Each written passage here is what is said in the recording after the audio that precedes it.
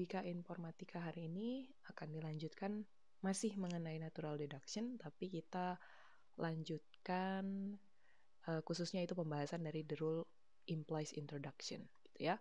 Ataupun mungkin nanti saya sering menyebut introduction of implication. Nah, itu masih sama ya, masih dua hal yang sama.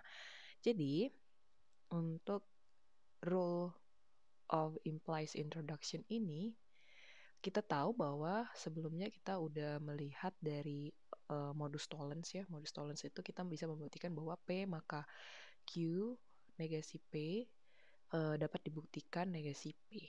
Dan ini adalah satu yang valid.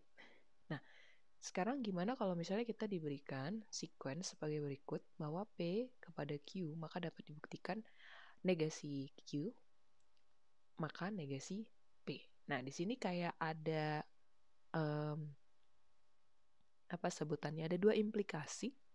Ada dua implikasi di bagian argumennya ya gitu ya, di bagian argumennya dan di bagian kesimpulannya. Ada dua implikasi di sana. Cara membuktikannya seperti apa gitu ya. Nah, di sini kita membutuhkan yang namanya assumption. Asumsi gitu ya kalau bahasa Indonesianya. Kenapa kita membutuhkan asumsi? Karena premis yang diberikan itu kan hanya P kepada Q. P kepada Q. Lalu gimana caranya kita ngebangun satu pernyataan yang membuktikan bahwa negasi Q maka negasi P adalah sesuatu yang valid. Jadi kita harus bikin asumsi dulu. Asumsinya diambil dari mana? Oke, asumsi ini diambil dari kesimpulan, kesimpulan akhir pada bagian antecedennya. Pada bagian antecedennya tadi kita tahu itu adalah si ini ya, negasi Q.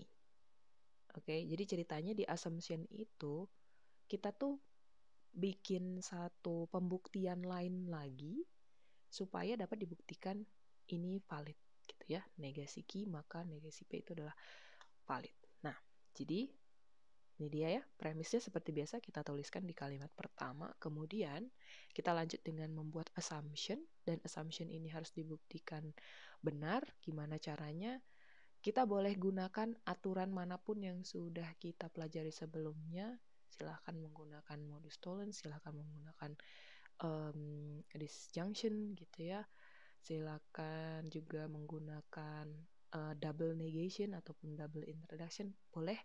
Yang penting kita bisa membuktikan bahwa negasi P itu valid. Dalam hal ini kita ambil rumus modus tollens. Jadi modus tollens dari kalimat 1 kepada kalimat 2, kita tahu hasilnya adalah negasi P. Oke. Pada kalimat keempat, kita boleh menggunakan yang namanya introduction implication tadi. Jadi introduction implication tadi diambil dari kalimat 2 dan kalimat 3. Di situ kita tulis di kalimat keempat. Ya, jadi assumption is taken from the antecedent of the final consequence. We continue applying other rules as normal to obtain the negation of P. Oke, kita gunakan rules yang manapun boleh, yang penting kita boleh mendapatkan negasi P. Nah, perlu catatan di sini, assumption itu dibuat dalam satu kotak. Oke, maksudnya seperti apa? Maksudnya adalah ketika satu assumption sudah dapat dibuktikan, kita tutup dia dalam satu kotak. Gitu. Jadi, kalau udah nggak ada urusan lagi dengan negasi Q, pembuktian itu udah berhenti di negasi P, berarti ini adalah satu assumption dan itu dibuat dalam satu kotak. Kayak gitu ya. Oke, nah, next. Kita bisa memformulasikan si introduction of implication itu sebagai berikut, bahwa kita punya P, baru kita mau membuktikan psi dengan menggunakan aturan introduction of implication tadi. Kita tahu kita dapat nyatakan bahwa P kepada psi adalah sesuatu yang valid. Oke. Dalam hal ini kita butuh temporary assumption ataupun asumsi sementara. Asumsi sementara itu di mana posisinya? Di sini, di titik 3 ini. Gitu, di titik 3 ini, di antara P sampai dengan psi ini. Oke, nah.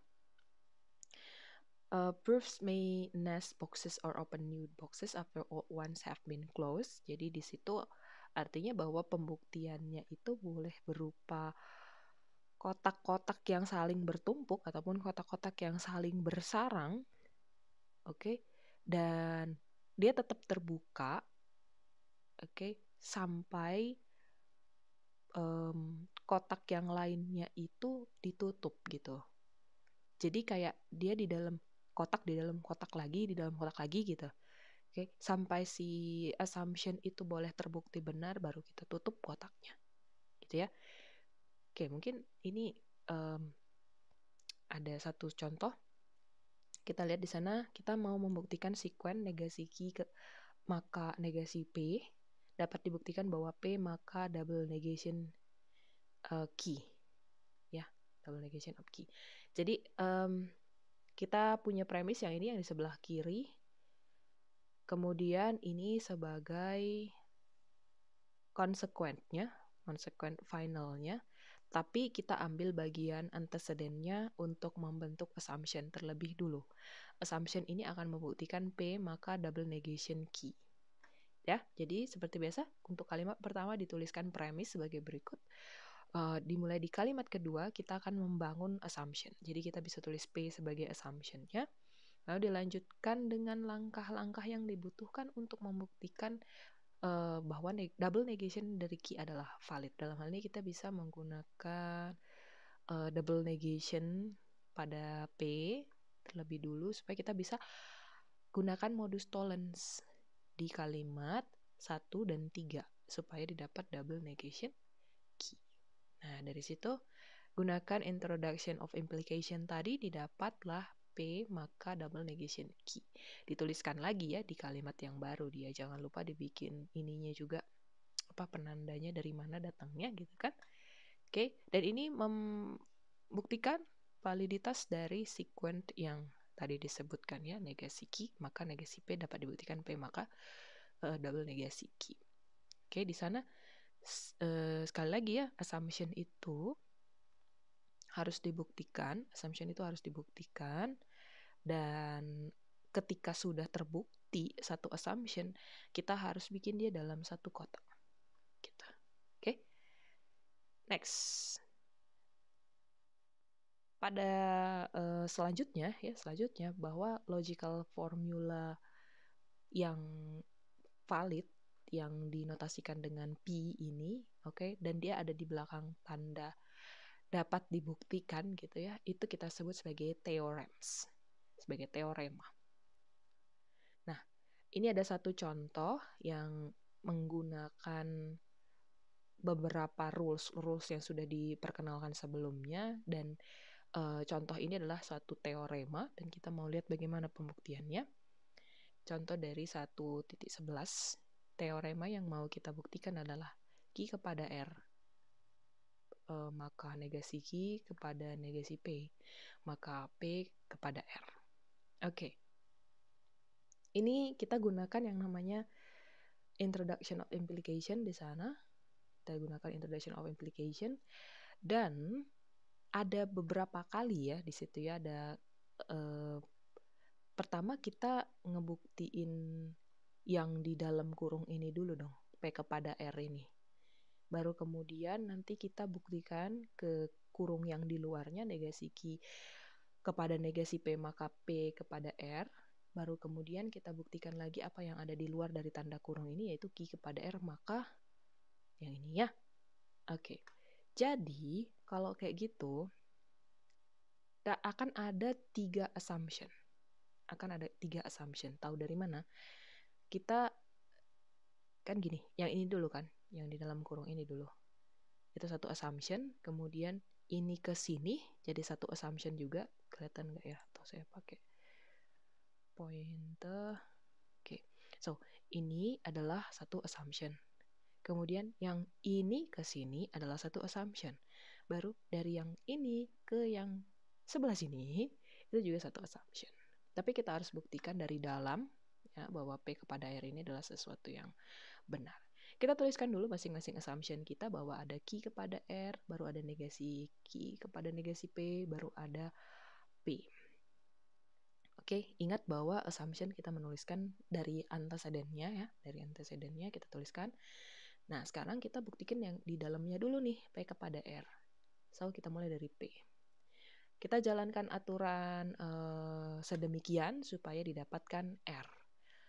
Oke, bisa yang pertama itu adalah kita kepikiran ke sini, ke modus tollens ya, modus tollens untuk kalimat 2. Oke, untuk kalimat 2, tapi kita butuh double negasi dari P dulu ya. Nah, double negasi P berarti kita gunakan ini introduction rules untuk kalimat 3. Oke, sehingga dapat double negasi dari P.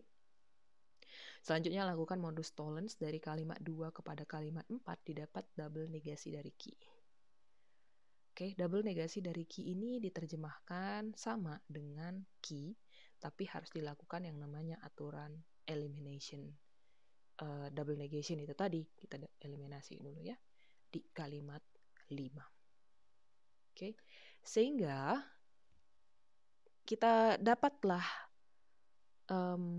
R itu didapat dari eliminasi implikasi dari kalimat 1 kepada kalimat 6. Ini, Q maka R, baru ada Q, lakukan eliminasi implikasi, didapatlah R.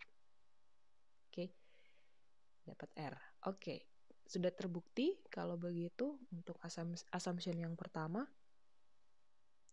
Jadi, kita bisa ngebangun dengan menggunakan introduction implication bahwa P maka R ya, P maka R dibentuk dari si I 3 sampai dengan 7. Next, kita lanjut sama pembuktian yang ini ya, yang dari negasi Q kepada negasi P. Oke, sorry tadi saya lupa ingetin, ini udah satu assumption, udah selesai, makanya kita bikin dalam satu kotak.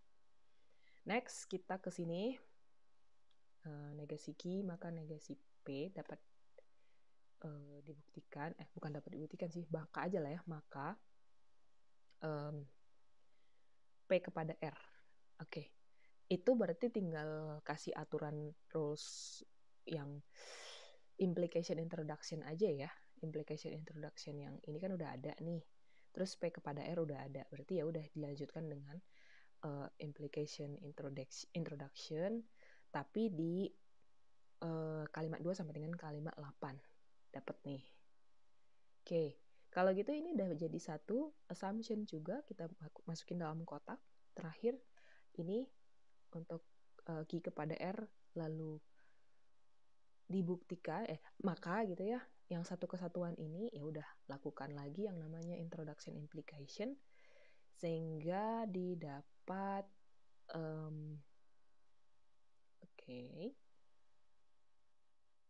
didapatlah si bentuk ini tadi dari introduction of implication untuk kalimat 1 sampai dengan kalimat 9.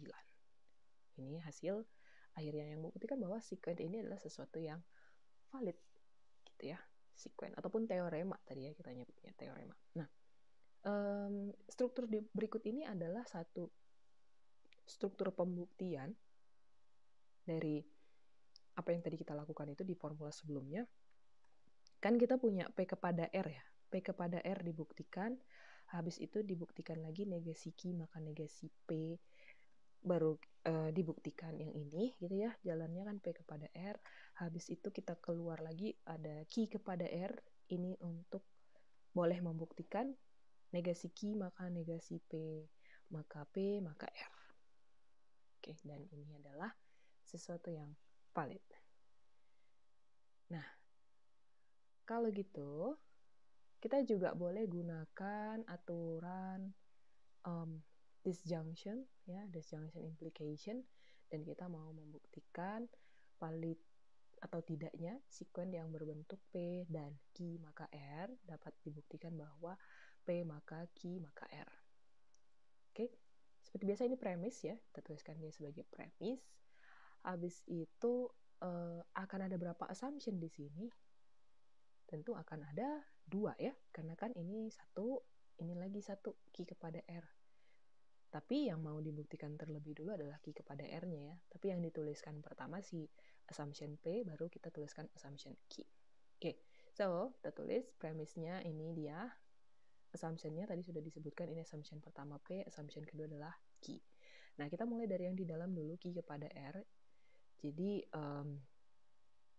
supaya bisa dapat R itu, kita jalankan aturan-aturan yang dibutuhkan. Dalam hal ini, saya ambil, karena di sini R itu ada di sini ya, R ada di kalimat pertama, jadi saya pengen gunakan elimination implication. Oke. Tapi saya harus bangun P dan Q dulu ya. Oke. Dan ternyata saya udah punya P, Q sebagai assumption. Saya bikin P dan Q dengan aturan introduction dari then untuk kalimat 2 dan 3 dapat P dan Q. Lalu saya lakukan elimination implication pada kalimat 1 dan kalimat 4. Jadi saya bisa dapetin R. Oke, saya dapetin R di sana. Dan ini adalah satu assumption, jadi saya bisa bikin dalam satu kotak. Saya lanjut dengan ini, P maka ya Q maka R. Jadi saya bisa bikin Q maka R dengan introduction implication 3 sampai dengan 5, Q maka R. Dan tadi saya udah ada P juga di sebelah sana, jadi ini bisa bikin lagi dalam satu kotak sehingga selesai satu assumption. Sudah? Terakhir, saya kan mau membuktikan yang ini nih. Di situ saya bisa pakai yang namanya implication introduction dari kalimat 2 sampai dengan 6. Jadi bentuknya seperti ini. Ini adalah sesuatu yang valid lagi. Oke, next. Oke, ada tadi kan ini bentuknya dari P dan Q maka R, dapat dibuktikan bahwa P maka Q maka R. Sekarang kebalikannya, kita mau buktikan P maka Q maka R dapat dibuktikan bahwa P dan Q maka R. Oke. Dalam hal ini premisnya berarti sekarang yang ini kan, P maka Q maka R.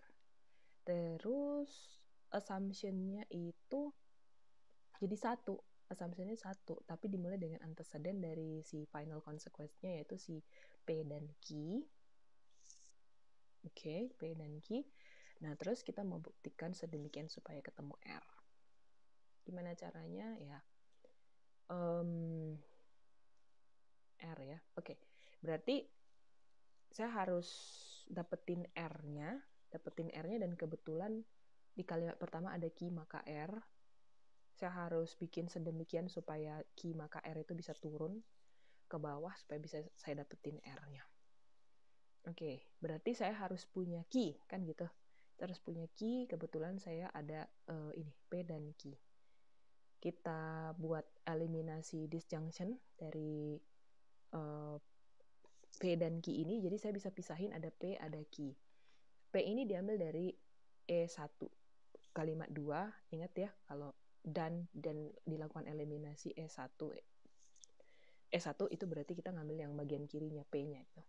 Terus kalau misalnya dan elimination, tapi di bagian kedua berarti kita ngambil si Q-nya. Bukan ngambil ya, menyisakan Q-nya gitu. Ini menyisakan P-nya. Oke, saya pisahkan P dan Q. Next. Saya udah punya P. Terus tadi di kalimat 1 kan ada P maka Q maka R. Jadi ya udah, saya bisa eliminasi 1 kepada 3 pada aturan implication-nya sehingga saya dapat Q maka R. Tadi tujuan saya pengen dapetin R, berarti saya harus eliminasi Q-nya ya. Eliminasi Q-nya kebetulan saya udah punya ini. Di sini ada di kalimat 4, jadi lakukan elimination implication pada 5, 4. Dapat R. Selesai assumption kita buat dalam satu kotak. Baru kita bisa tuliskan kesimpulan akhirnya itu di sini P dan Q maka R. yang didapat dari introduction implication dari kalimat 2 sampai dengan 6. Karena kedua-duanya valid, kita bisa simpulkan bahwa kedua-duanya ini adalah ekivalen. Oke. Kenapa? Karena kita bisa membuktikan dari kiri ke kanan maupun dari kanan ke kiri. Oke, jadi karena boleh dibuktikan dari kiri ke kanan ataupun kanan ke kiri, kita bisa notasikan juga ya yang ekspresi itu tadi atau sequence itu tadi sebagai berikut. Jadi tanda yang dapat dibuktikan itu bisa ke sebelah kiri, bisa ke sebelah kanan. Okay. Since there can be only one formula to the right of